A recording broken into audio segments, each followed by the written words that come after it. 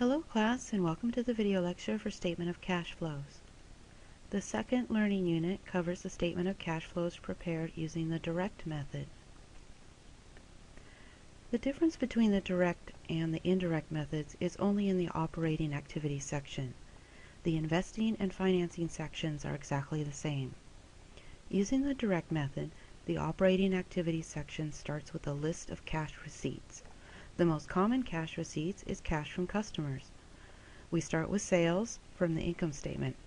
Then we analyze the comparative balance sheets to determine if we received exactly that amount or less or more, depending upon if we have any accounts receivable. If our accounts receivable has increased, then we still have customers who owe us money, so that amount is subtracted from sales. If accounts receivable has decreased, then we actually received more cash than the amount of sales represents. This might happen if we received cash for sales of a previous year. Next, we list cash payments. We start with our income statement accounts and then use our comparative balance sheet to determine if we paid out more or less than what the income statement says. We'll look at an example of this.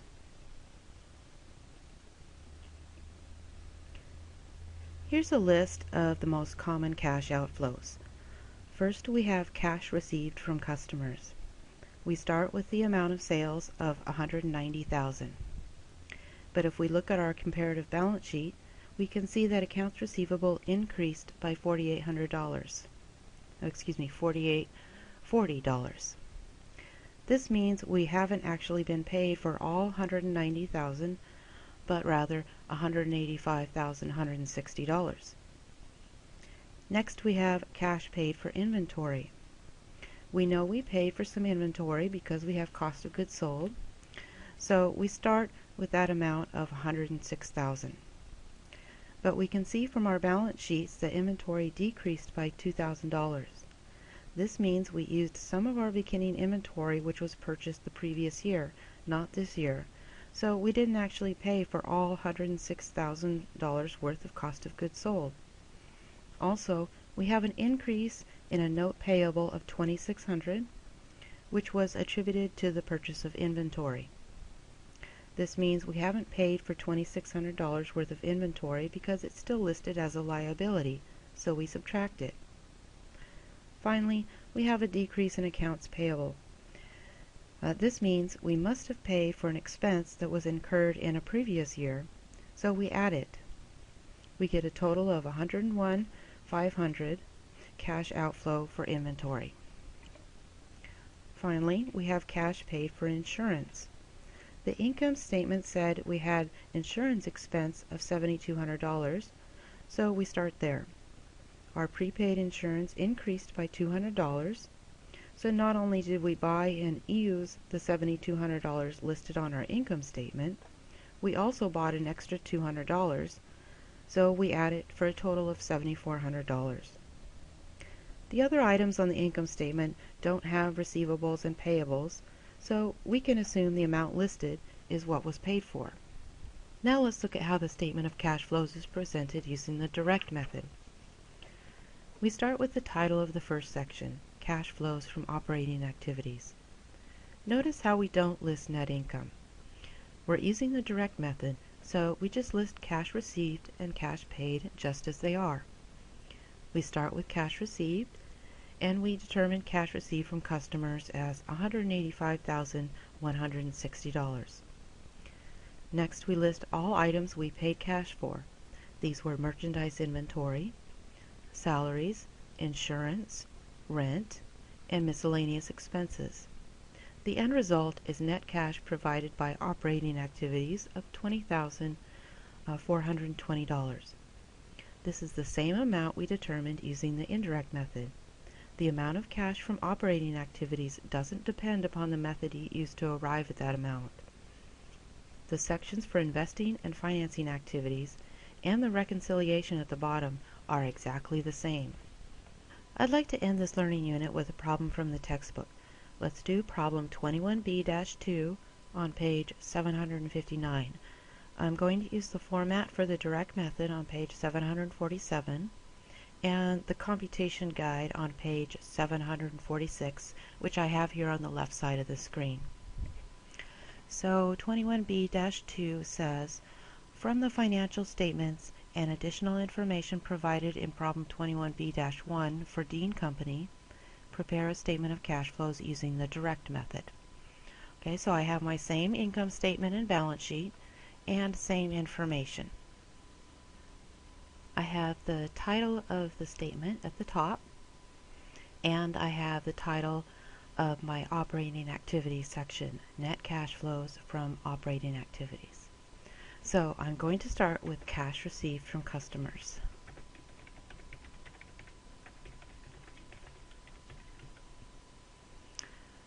Okay, cash received from customers is sales plus a decrease in accounts receivable or minus an increase in accounts receivable. Okay, so I'm going to do my calculations down at the bottom of the Excel spreadsheet. My sales is 96,800, and now I need to look for the change in accounts receivable, which I get from the balance sheet. Okay, accounts receivable ended in 2012 at $5,900 and in 2011 at $4,400. So the difference there is 5,900 minus 4,400, which is an increase of 1,500. So looking at the top here, if I have an increase in accounts receivable, I'm going to subtract it. Okay, so 96,800 minus 1,500 is equal to 95,300. So that's my cash received from customers.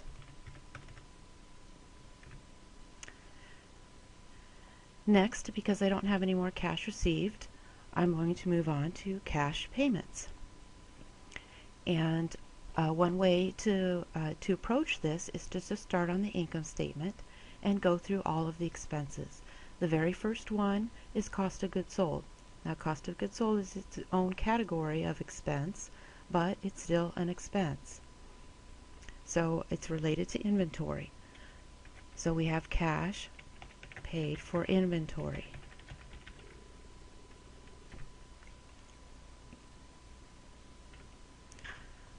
So cash paid for inventory is equal to, first of all, cost of goods sold. So cost of goods sold is 68,700.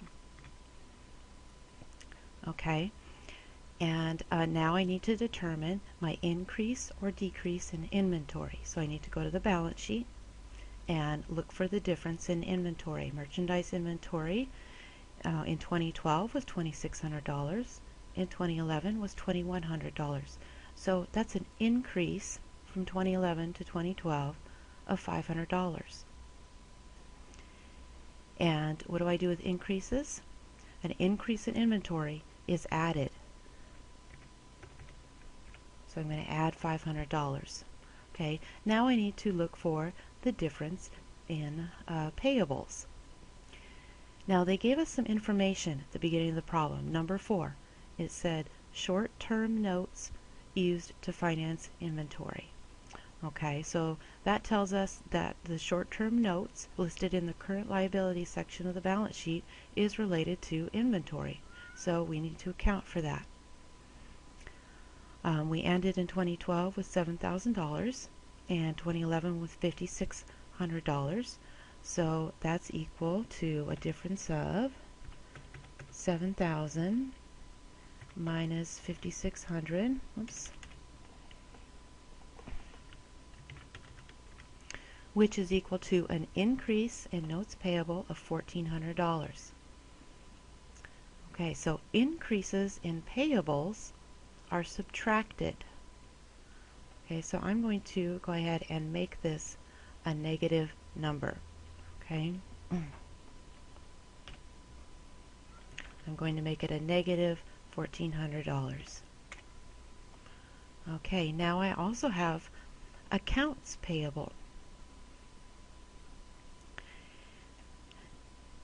And accounts payable ended in 2012 with 4,150 and 2011 with 4,600.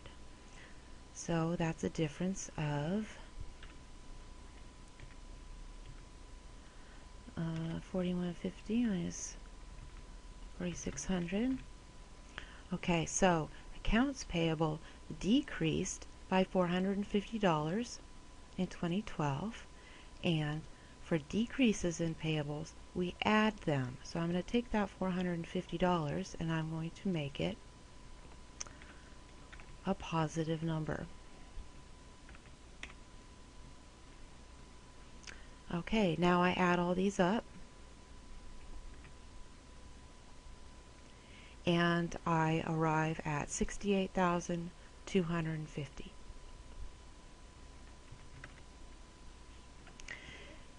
Now you might notice here we're making some assumptions, and this is just for learning purposes, and it's just how your textbook has it set up. We're assuming that all of the accounts payable is related to the purchase of inventory. Now we both know that that's not necessarily always the case. I mean, some of that accounts payable might be for just general supplies or some sort of miscellaneous expense. It might be. But since they didn't give us all those details, we're going to assume that it is for inventory. But in reality, you would want to know, you would need to know if any of your accounts payable was associated with inventory as opposed to something else. But we're keeping it simple here. Okay, so let's go back up to the income statement and go through our expenses. So we covered inventory and cost of goods sold. We covered cash received from customers. So let's go down to the operating expenses. So we have rent expense, $7,400. Okay, so now do we have any payables or receivables associated with rent? Okay, we don't have any payables or receivables, but we do have an asset. We have prepaid rent. So this works the same way as this little cheat sheet here. Cash paid, the cheat sheet is from the textbook example, cash paid for insurance equals insurance expense plus an increase in prepaid insurance minus a decrease in prepaid insurance. Well, when you have a prepaid item like insurance, this formula can be applied to any other expense in which you have a prepaid item. So we can just replace the word insurance with rent because we have prepaid rent.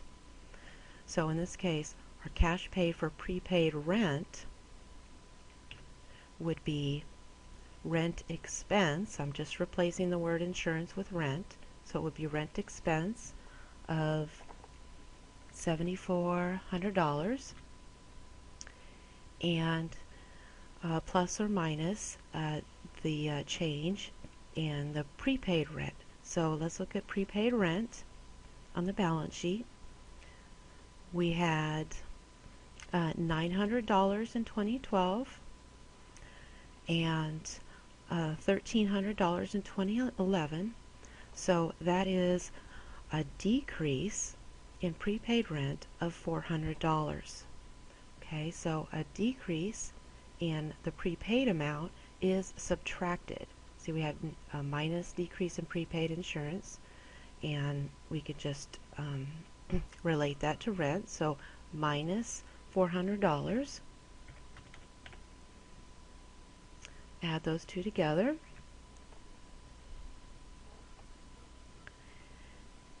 And I get $7,000. Oh, I need to put my description here. Cash paid for rent minus $7,000. Oh, and I realize I have a mistake here. This 68,250 should be a negative number because these are cash outflows. Okay, so I'm just going to fix that. Alright, I'm going to go back to the income statement and I'm going to go on to the next expense item. And the next expense item is depreciation expense. Now we don't pay cash for depreciation. So this is not a cash inflow, it's not a cash outflow. So we don't include it in the operating activity section using the direct method. We only use it when we're using the indirect method, and that's for reconciliation purposes. But since we're using the direct method, we are not going to include it because it doesn't involve cash. Let's move on to the next one. Salaries expense.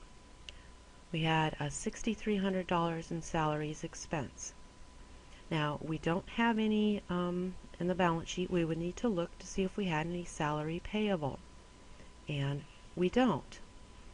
Okay, so we can assume that all of this expense, all of the salary expense was actually paid in cash.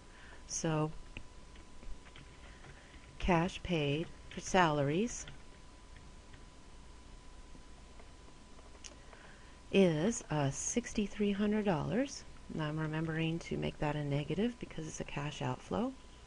Okay, let me move on to the next line item here. Miscellaneous expense. And that amount was $3,450. And again, we don't have any payables associated with miscellaneous.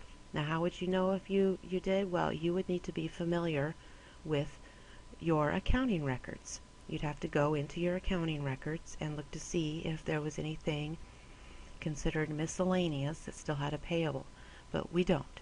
So I'm going to list this as cash paid for miscellaneous.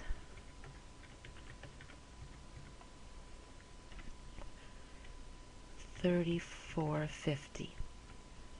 Okay, now I'm going to just make a subtotal of all of my cash paid. And this is simply to clarify to the user of the financial statement, a total for cash received versus a total for cash paid. So I'm going to call this total cash paid for operating activities. And that's going to be the sum of all of my cash paid, which is the first column. So I've got my cash paid for inventory, rent, salaries, and miscellaneous, and that is equal to total cash paid of $85,000. Finally, I end the operating activities section with net cash flows provided by operating activities, which is equal to cash received from customers of $95,300 minus cash paid for operating activities of $85,000, which is equal to $10,300. Okay, now the cash flows from investing activities and financing activities are the same as for the indirect method, so I'm not going to go over those. But you can see that the result is the same, and it's just a different approach to arriving at net cash flows for operating activities. Alright, so that is the end of Learning Unit 2 and the chapter, and I'll see you again next week for the final chapter.